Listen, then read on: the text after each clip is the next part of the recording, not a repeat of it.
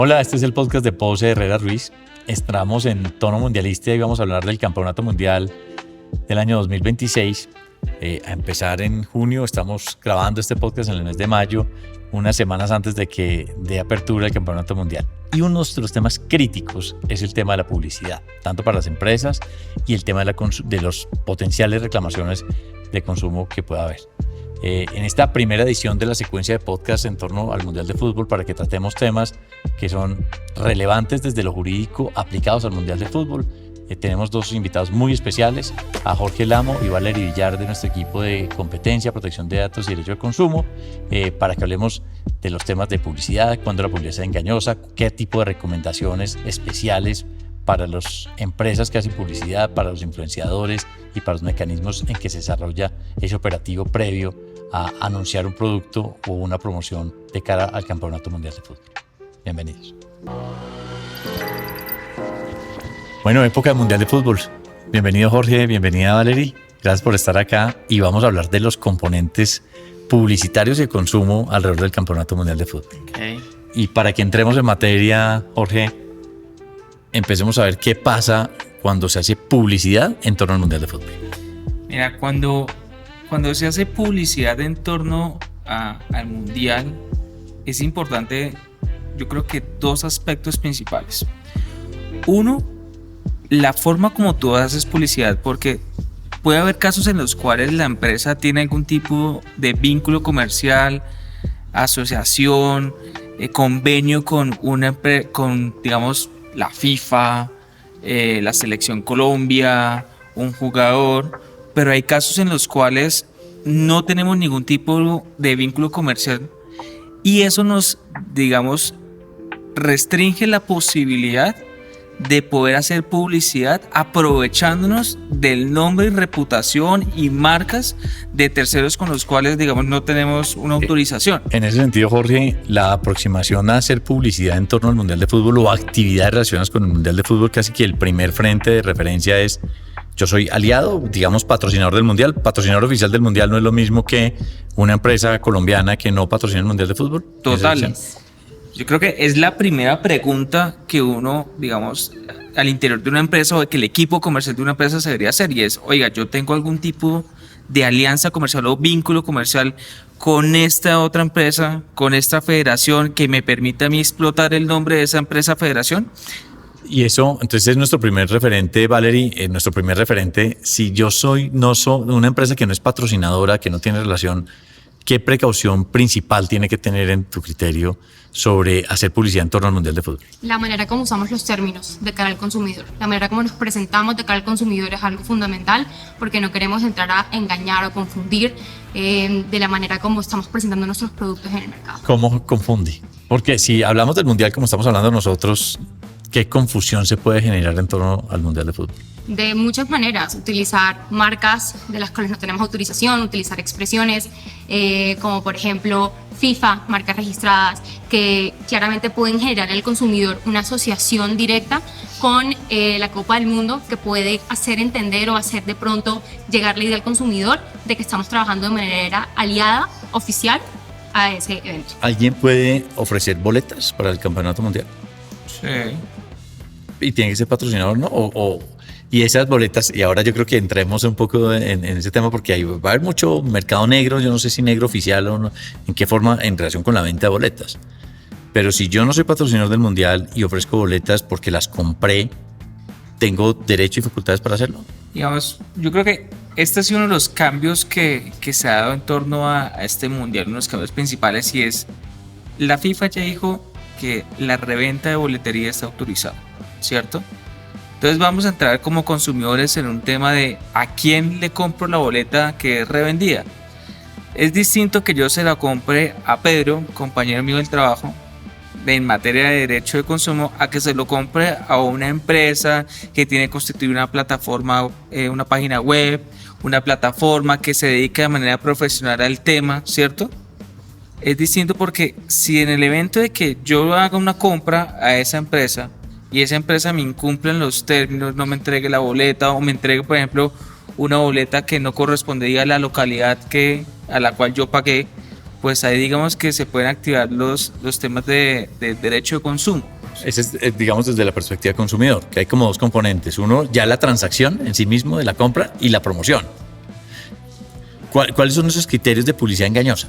Pues, digamos, generales que nos sirvan para aterrizarlo al Campeonato Mundial de Fútbol. Cuando uno habla de publicidad engañosa, toda pieza publicitaria se compone de dos cosas.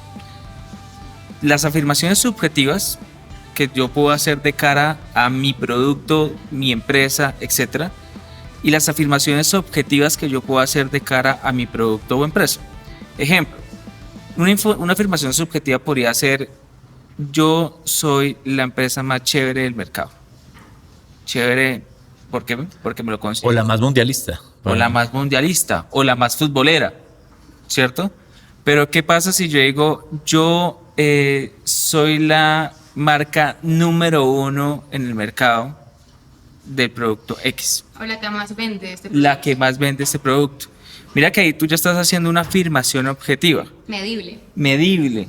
Y cuando tú haces afirmaciones objetivas medibles, tienes que tener los soportes necesarios que justifiquen esa afirmación y que de cara al consumidor tú puedas decir, vea, lo que yo estoy diciendo es verdadero. Porque en caso contrario, nos enmarcaríamos un tema de publicidad engañosa y podríamos tener inconvenientes con la autoridad de consumo, que es la Superintendencia de Industria y Comercio.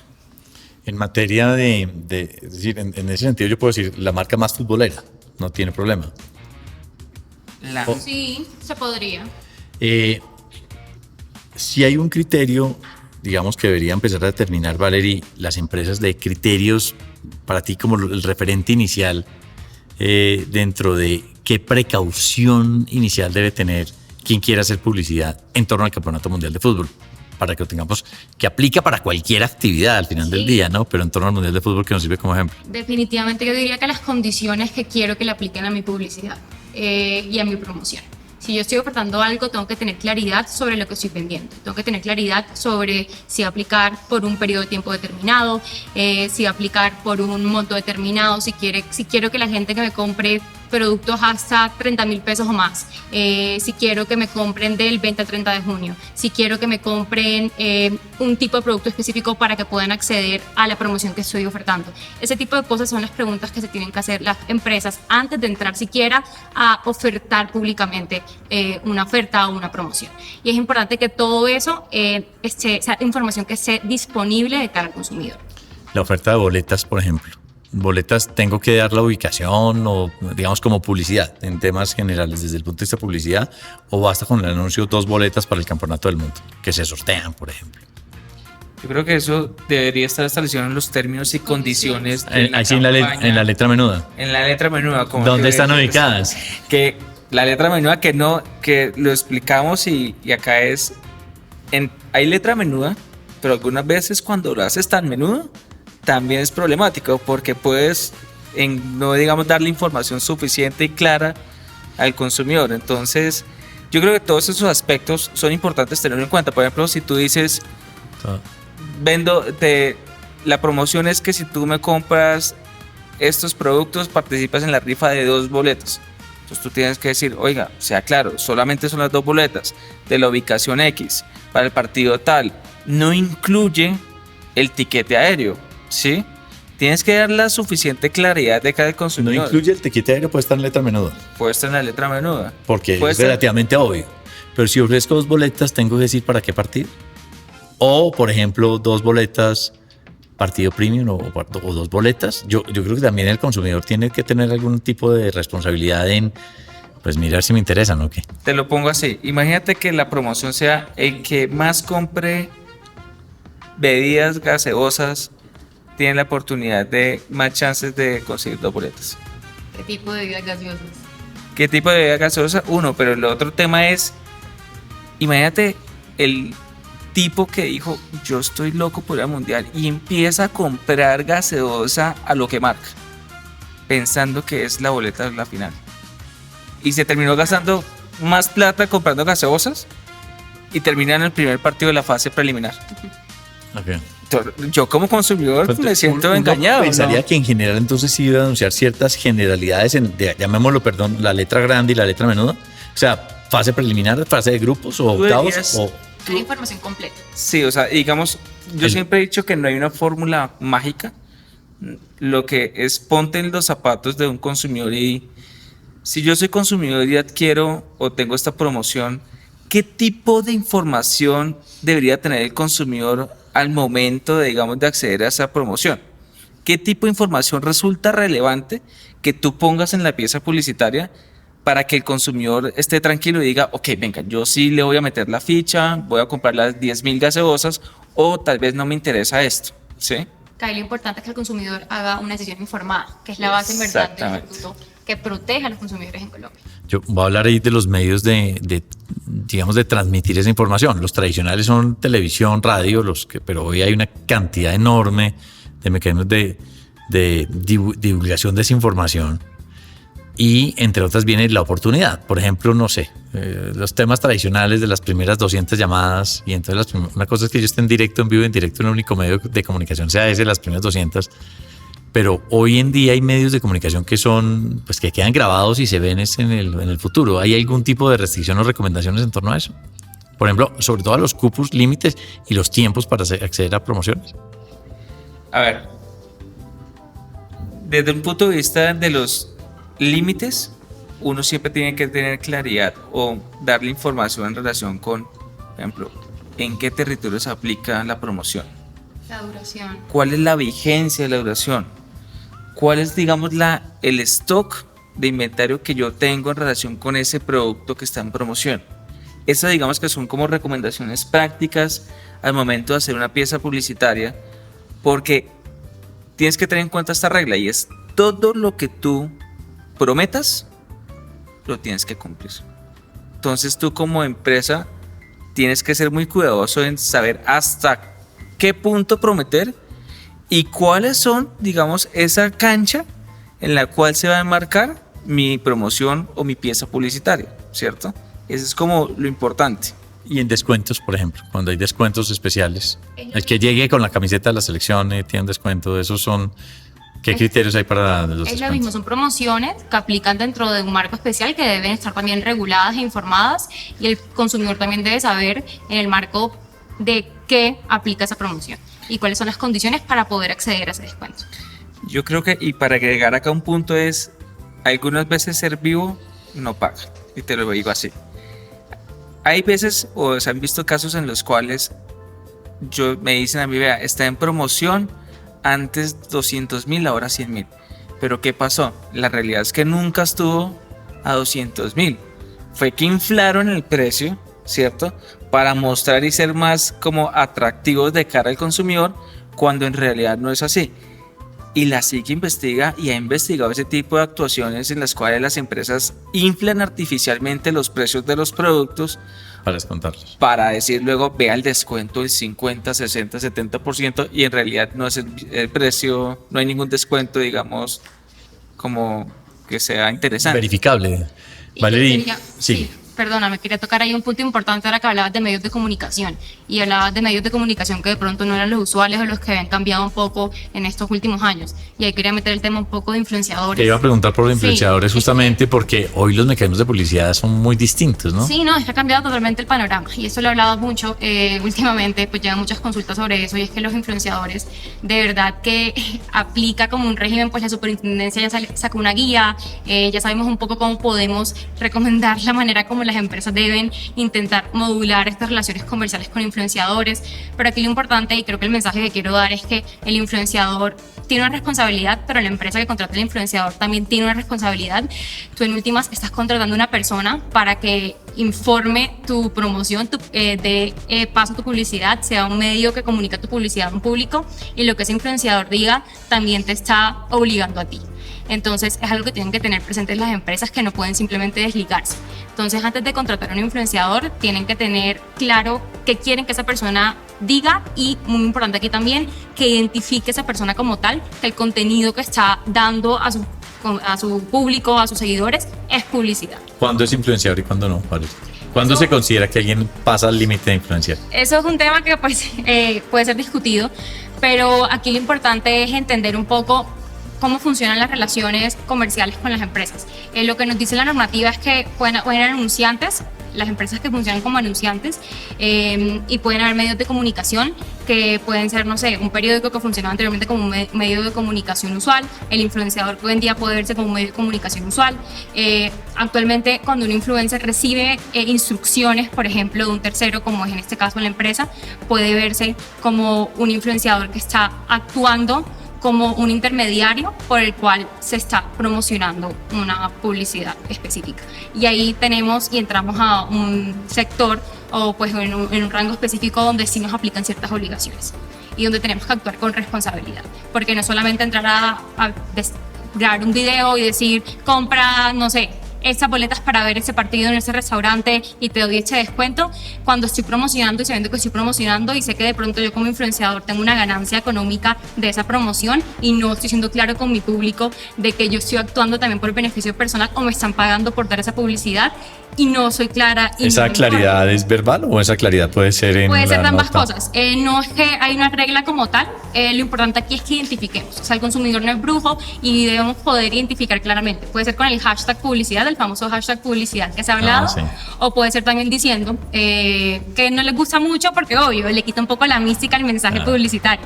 Pero lo importante es avisarlo y que quede claro que es un mensaje publicitario. Jorge, te interrumpí cuando ibas a hacer un comentario cuando íbamos a empezar, cuando estamos hablando de los influenciadores. No, que digamos que muy ligado a lo que dice Valerie es, cuando tú eres el empresario, tú no puedes dejar al influenciador libre a que diga lo que se le ocurra a él.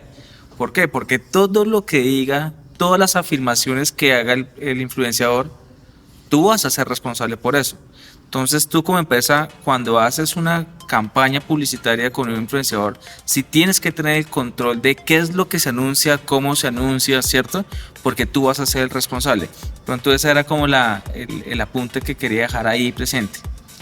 Si un influenciador dice que además yo me imagino que va a haber muchos influenciadores viajando al Campeonato Mundial de Fútbol y además de cuenta de patrocinadores, seguramente en algunos casos, disfruté más el Mundial de Fútbol gracias a no sé, esta marca de gaseosas o desperté el partido. ¿Hay algún tipo de restricción en esos asuntos de hacerlo? Yo creo que hay una libertad, digamos, para... Existe la libertad de expresión, es que eso es... Claro. Una ponderación. El punto ahí está diciendo eso porque la marca le patrocinó el viaje, o sea, que hay detrás. Sí. Eso es lo que toca entrar a evaluar. Y yo como empresa, porque quisiera que haya algún tipo como de inseguridad o riesgo al momento de que mi influenciador que estoy contratando dé el mensaje publicitario. Yo quisiera que hubiera claridad, o pues ese es el mensaje. Te lo pongo así. Imagínate que Messi esté comiendo unas papas fritas y diga, qué ricas papas fritas. Yo, digamos, me encanta Messi como jugador y si Messi come las papas fritas, yo digo, voy a probar esas papas fritas. Él me influyó a mí para que yo fuera a comprar las papas fritas. Pero distinto sería que Messi genuinamente le guste esas papas fritas a que sea una empresa que le esté pagando a Messi para que publique o publicite las papas fritas. Sí es la diferencia de cómo un influenciador o una figura pública puede mover a un consumidor. Entonces ahí es cuando uno como consumidor dice, no, me sentí engañado, yo pensé que estas eran las papas fritas que verdaderamente le gustaba a Messi. Pues no, era publicidad. Entonces hay que ser claro en eso. Ahí hablando de Messi, perdón, jamás es la pregunta que puede ser considerado un influenciador.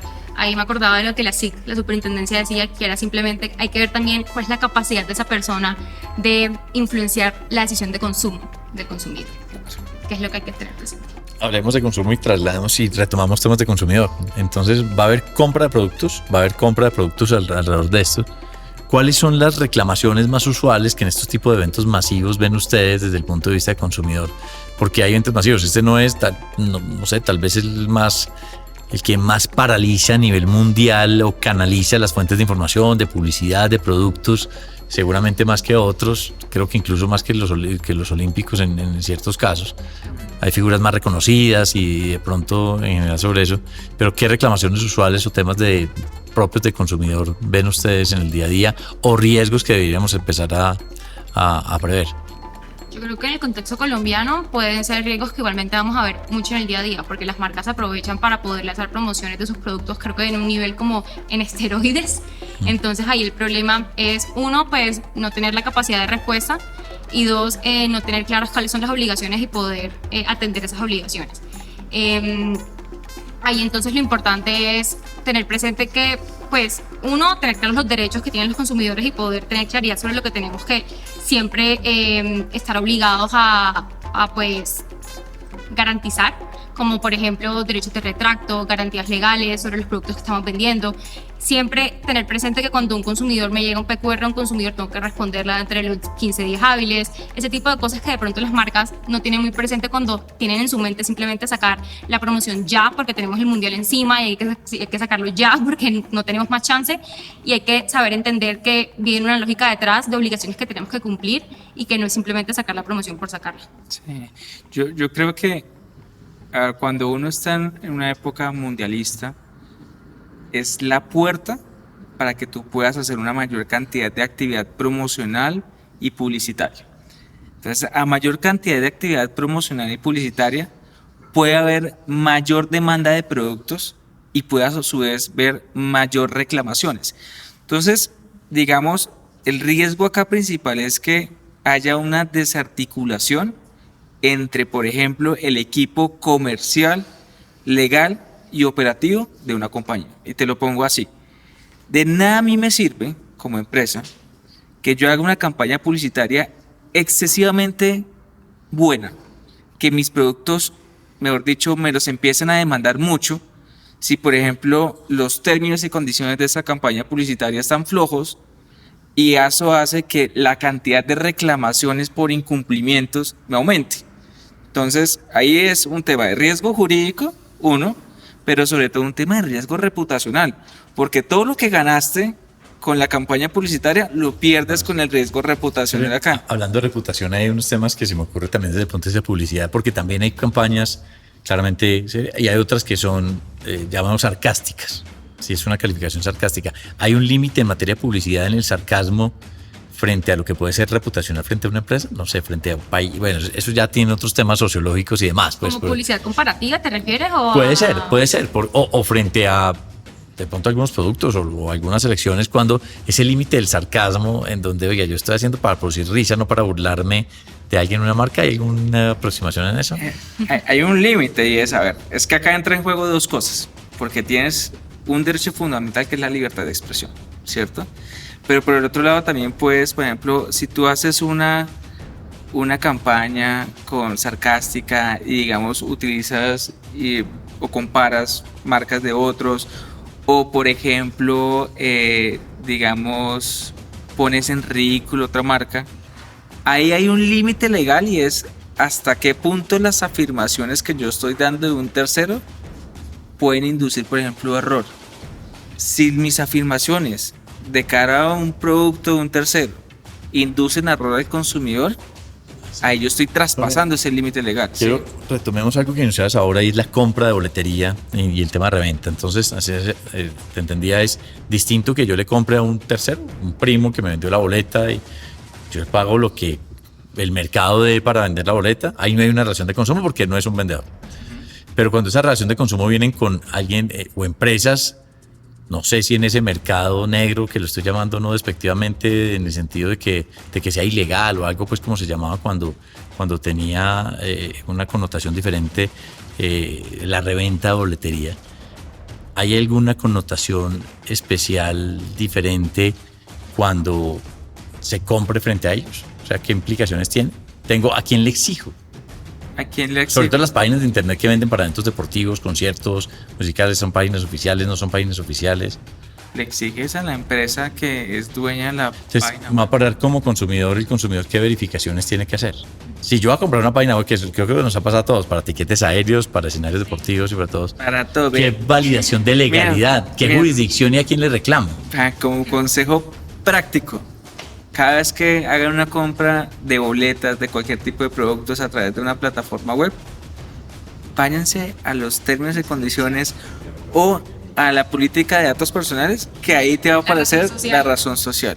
Si tú, ¿Sí? No, pero nadie la lee. nadie la lee, pero Claro, te digo, pero si lo va a pagar lo que va a pagar por una boleta Mejor estar seguros. O sea, sí, buscar el nombre de la razón social, leerse los términos y condiciones, entender a qué estoy aceptando o a qué me estoy comprometiendo al momento de comprarles a ellos la boleta. Parte del hecho, si tú ves la razón social, al menos miras quién es el que está detrás de esto y si tienen la capacidad o no de responder. Entonces, valide quién está vendiendo. Claro. Que no es A una lo página. sumo que lo estén identificando, porque hay muchas páginas que puedes comprar y ni siquiera te aparece una razón social y no sabes ni siquiera a quién le estás comprando.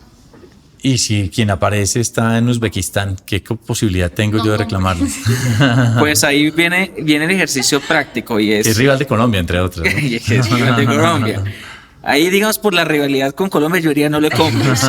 Pero uno también lo que dice, se va desde el plano práctico como consumidor y dice, venga, si esta es una empresa que está en Uzbekistán y ahí se presenta algún inconveniente y yo ya sé que esa empresa no tiene presencia en Colombia, mis probabilidades o chances de ir a reclamarle más allá que yo puedo hacerlo, Sí.